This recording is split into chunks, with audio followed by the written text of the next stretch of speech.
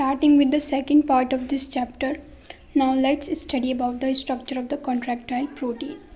हर एक actin thin filament दो F filament and actin से बना होता है जो हेलिकली बाउंड हुए रहते हैं एक दूसरे में। हर एक एफ एक्टिन पॉलीमर होता है मोनोमेरिक जी ग्लोब्यूलर एक्टिन का। दो फिलामेंट अनदर प्रोटीन के जो ट्रोपोमायोसिन है वो क्या करता है, एफ एक्टिन के क्लोज चलता है, run closely throughout its length. एक complex protein troponin regular interval पर डिस्ट्रीब्यूट हुआ रहता है ट्रोपोमायोसिन पर। रेस्टिंग स्टेट की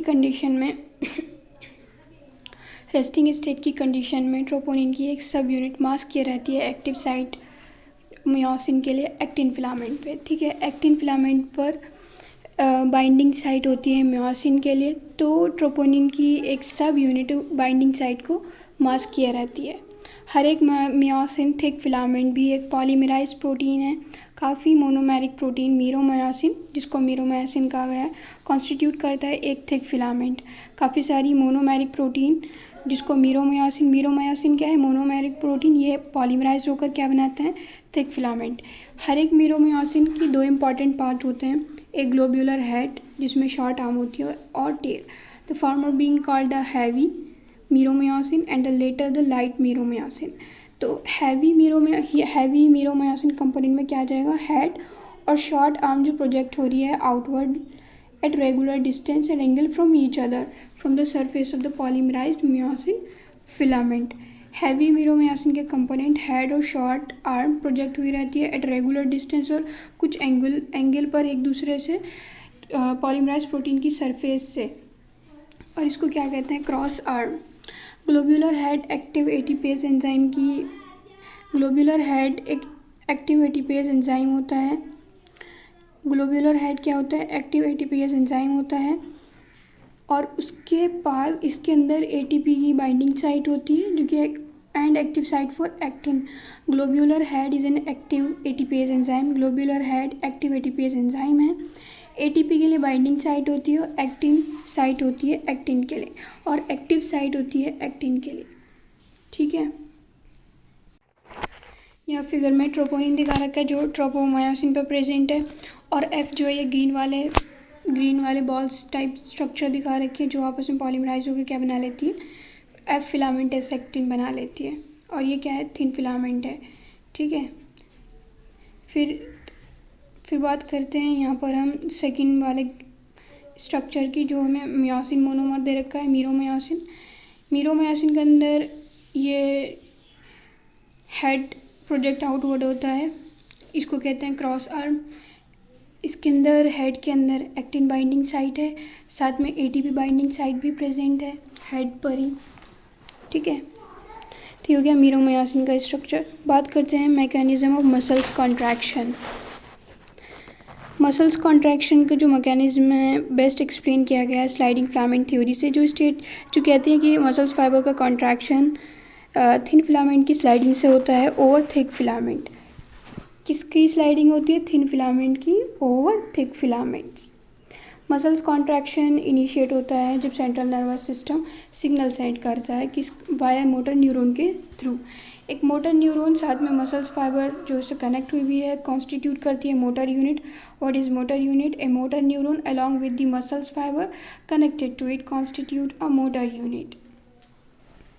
मसल्स कॉन्ट्रैक्शन कब इनिशिएट होता है, जब central nervous system motor neuron के थ्रू सिग्नल सेंड करता है। मोटर न्यूरॉन मसल्स फाइबर के साथ कॉन्स्टिट्यूट करता है मोटर यूनिट। जो जंक्शन है मोटर न्यूरॉन और सार्कोलेमा के बीच का, मसल्स फाइबर का सार्कोलेमा के बीच का और मोटर न्यूरॉन का जो जंक्शन है उसको कहते हैं मस्कुलर जंक्शन या फिर मोटर एंड प्लेट। ठीक है, what is motor end plate, the junction between the motor neuron and the sarcolemma of the muscles fibre.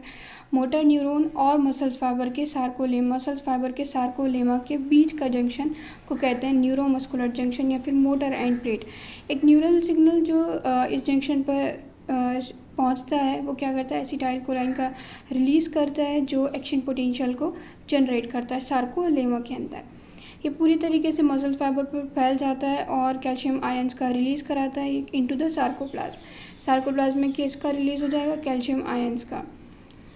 जो कैल्शियम +2 लेवल इंक्रीज़ हो रहा है, इससे क्या होगा, कैल्शियम की बाइंडिंग हो जाती है ट्रोपोनिन की एक सब यूनिट से एक्टिन फिलामेंट पर, और इसी वजह से जो एक्टिव बाइंडिंग साइट पहले मास्क किए हुए थी, पहले बंद थी एक तरीके से एक्टिव बाइंडिंग साइट मियोसिन के लिए, वो क्या हो जाएगी, रिमूव हो जाएगी। जैसे ही एक ही सब यूनिट ट्रोपोनिन की किसके साथ बाइंड हो जाएगी, कैल्शियम+2 के साथ।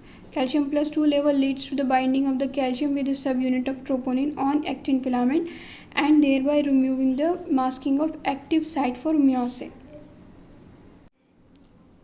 ATP हाइड्रोलिसिस से जो एनर्जी रिलीज हो रही है उसका यूटिलाइज कर मियोसिन हेड नाउ फिर किससे बाइंड हो जाता है, एक्टिव साइट से। एक्टिन पर जो प्रेजेंट एक्टिव साइट है उससे जाकर बाइंड हो जाता है मियोसिन का हेड, जिससे क्या बन जाता है, क्रॉस ब्रिज बन जाता है। ठीक है, this pulls the attach actin filament towards the centre of A band. इसकी वजह से क्या होगा, इसकी वजह से क्या होगा, जो अटैच एक्टिन फिलामेंट है वो ए बैंड की तरफ अटैच हो जाएंगे, और वो सॉरी पुल हो जाएंगे, खिंच जाएंगे।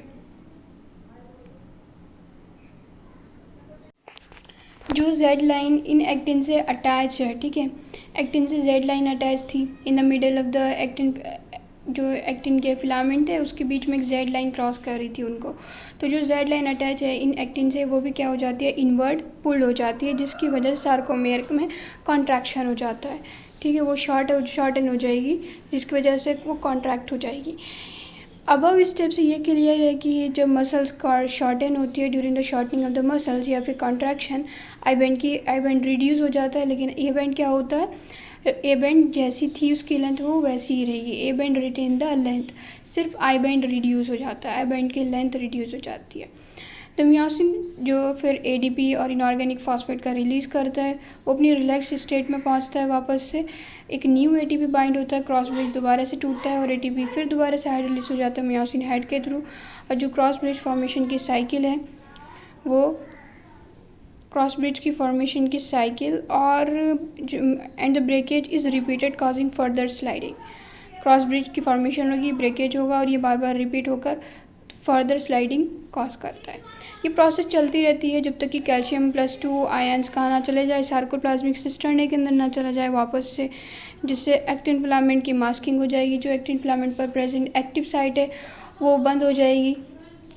ठीक है, तो ये प्रोसेस कब तक चलती रहेगी, जब तक कि Ca+2 आयन सार्कोप्लाज्मिक सिस्टर्ने के वापस ना जाए, क्योंकि Ca+2 आयन्स की वजह से एक्टिव साइट एक्टिव हो रही थी, खुल रही थी। ठीक है, जो बाइंडिंग हो रही थी मियोसिन फिलामेंट की एक्टिन पर, वो Ca+2 आयन की वजह से हुई थी। जो ट्रोपोनिन ने मास्क कर रखी थी एक्टिव साइट, वो खुल जाती है कि जो due to the binding of the Ca+2 ion on the subunit of the troponin. अब जब ये Ca+2 आयन वापस से अपनी उसी जगह चले जाएंगे जहाँ से ये आए थे, तो ये प्रोसेस क्या हो जाएगी, ख़त्म हो जाएगी, रुक जाएगी प्रोसेस।